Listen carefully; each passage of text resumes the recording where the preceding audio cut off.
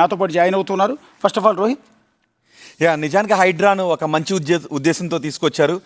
చెరువులు, నాలాలు, ప్రభుత్వ భూముల ఆక్రమణలను తొలగించడం, ప్రకృతిని రక్షించటం, అలాగే ప్రకృతి విపత్తుల సమయంలో క్విక్గా రియాక్ట్ అయ్యి ప్రజలను రక్షించడం, ఈ ఉద్దేశంతో తీసుకొచ్చారు.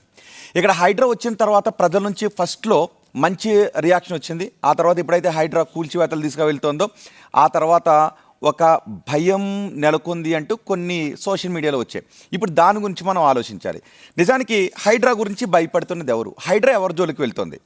ఇక్కడేమంటున్నారు అంటే హైడ్రా పెద్దోడు జోలికి వెళ్ళట్లేదు, పేదోడు జోలికి వెళ్తుంది, పేదోడు ఆస్తులను కూలగొడుతుంది అని అంటూ ఉన్నారు. 2 కోర్టులు ఏమందంటే కోర్టు ధిక్కరణ కేసులు, 63 కోర్టు ధిక్కరణ కేసులు హైడ్రాపై వచ్చాయి.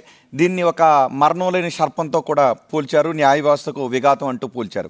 ఇక 2 అంశాలని మనం చూస్తే ఇంతకుముందు రేవంత్ రెడ్డి అన్నట్టు ఏ అధికారిని ఎక్కడ నియమించాలి అనేది అది పూర్తిగా ప్రభుత్వ విచక్షణాధికారం కిందకు వస్తుంది. ఒకవేళ రంగనాథ్ కోర్టు ధిక్కరణకు పాల్పడితే న్యాయస్థానాలు రంగనాథ్కి లాకి లోబడి, రాజ్యాంగానికి లోబడి సెక్షన్ విధించవచ్చు. అది ఎటువంటి సెక్షన్? న్యాయస్థానాలకు లోబడి, అంతే తప్ప మార్చమనే అధికారం న్యాయస్థానాలకు లేదు అనేది న్యాయ నిపుణులు అంటున్నమాట. ఇక రెండో విషయం, హైడ్రా ఎవరి జోలికి వెళ్తుంది అని చూస్తే పేదోడు జోలికి వెళ్తుంది, పేదోడు జోలికి వెళ్తుంది అంటుంది. హైడ్రా పేదోడు జోలికి వెళ్తుందా, పెద్దోడు జోలికి వెళ్తుందా? ఒకవేళ హైడ్రా పేదోడు జోలికి వెళ్తే 63 మంది కంటెంప్ట్ పిటిషన్లు వేసిన పెద్దలు ఎవరు? అంటే హైడ్రాను ఆపాలని చూస్తున్నది 63 కంటెంప్ట్ పిటిషన్లు వేసిన పెద్దలు అనమాట. హైడ్రాని ఇలా వదిలేస్తే ఈ హైడ్రా మా జోలికి వస్తుందేమోనని ఈ పెద్దలు భయపడుతున్నారు. అందుకే పేదవాడిని బూచిగా చూపిస్తూ హైడ్రాని ఆపాలి అని ఈ 63 మంది కంటెంప్ట్ వేసిన పెద్దలు భావిస్తూ ఉన్నారు. ఇది మనం విస్తృతంగా భావించాలన్నటువంటి అంశం. ఇక్కడ శాంతా శ్రీరామ్ ఉన్నారు. ఆయన కోట్ల ఏళ్ల నాటి హెరిటేజ్ సంపదని కొల్లగొట్టాలని చూస్తున్నారు అని ఒక క్లారిటీ ఇచ్చారు. ఎక్కడో 3 కిలోమీటర్ల అవతల ఉన్న భూమి సర్వే నెంబర్ని చూపిస్తూ వేరే భూమిలోకి, ప్రభుత్వ భూమిలోకి 120 ఎకరాలను ఆక్రమించాలని చూస్తూ ఉన్నారు అని రంగనాథ్ ఆధారాలతో సహా చూపించారు. అంటే పేదవాడి భూమిలోకి వస్తోంది అని చూపిస్తూ భయపడుతున్నటువంటి పెద్దలు ఎవరు? ఈ 63 మంది వివరాలు ఏంటి అనేది కూడా తెలియాల్సి ఉంది. ఎస్, మనకి కాంగ్రెస్ గవర్నమెంట్ అధికారంలోకి వచ్చిందా తెలంగాణలో సీఎంగా రేవంత్ రెడ్డి తీసుకున్నటువంటి మెయిన్ ఎజెండా ఏదైనా ఉందంటే హైడ్రా. ఎందుకంటే మనకి చిన్న వర్షం, ఇప్పుడు ఆల్రెడీ బయట వర్షం వస్తుంది, బయటకు వెళ్ళాలంటే సిచ్యువేషన్ ఏ విధంగా ఉంటుందో మన అందరికీ తెలిసిందే. ఎందుకంటే ఫుల్గా ట్రాఫిక్ ఉంటుంది, ఏది చెరువు లేదంటే ఏది రోడ్డు ఏం తెలియదు, అసలు ఫుల్గా వాటర్తో నిండిపోయి ఉంటుంది. 2024 జూలై 19 తీసుకొచ్చారు హైడ్రాని. 2 years అయింది. ఈ 2 yearsలో 1.5 lakhs of crores అంటే 1.5 లక్షల కోట్ల విలువైనటువంటి భూమిని కాపాడింది హైడ్రా. ఇది మెయిన్.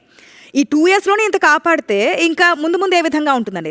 ఇక గవర్నమెంట్ చేస్తున్నటువంటి చర్య ఏంటి? ఇప్పటికీ కూడా మేము హైడ్రాన్ ఎక్కడ ఆపము, హైడ్రాన్ కంటిన్యూ చేస్తామని ఇంతకుముందు ఢిల్లీలో మాట్లాడుతున్నప్పుడు సీఎం రేవంత్ రెడ్డి కూడా క్లారిటీ ఇచ్చారు. కానీ రంగనాథ్ని కంటిన్యూ చేస్తారా, కంటిన్యూ చేయరా, అప్పీల్కి వెళ్తే ఏ విధంగా ముందుకు వెళ్తారు? రంగనాథ్ కూడా క్లియర్గా చెప్తున్నారు, నా మీద ఏదైతే 63 కంటెంట్ కేసులు వచ్చాయి ఇవన్నీ కూడా అక్రమాస్తులు, ఏదైతే భూ ఆక్రమించినటువంటి వారు వీళ్ళు మాత్రమే వేశారు, నేను న్యాయపరంగా చిక్కులు ఎదుర్కొంటాను, నా దగ్గర ప్రూఫ్స్ ఉన్నాయి.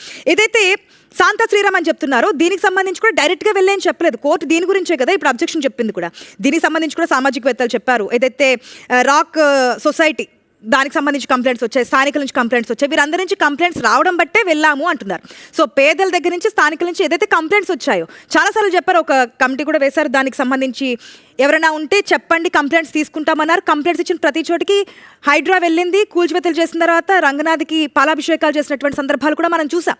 సో ఇప్పుడు ఒకవేళ ఆపేస్తే ఏదైతే అక్రమాస్తులు, అక్రమార్కులు దోచుకున్నటువంటి భూములు మళ్ళీ ఏమైనా దోచుకునే అవకాశం ఉందా అని ప్రజల నుంచి ఆ క్వశ్చన్ కూడా వినిపిస్తుంది. సో కఠినంగా వెళ్తున్నారు. చెరువుల్ని కాపాడారు. ఇప్పటివరకు ఎన్ని చెరువులు కాపాడారంటే 6 చెరువులను పునరుద్ధరించారు. ఈ 2 yearsలో 20 చెరువులు దాదాపుగా పూర్తిగా సిద్ధంగా ఉన్నాయి. సో పర్యావరణాన్ని కాపాడడానికి హైడ్రా ముందుకెళ్తుంది.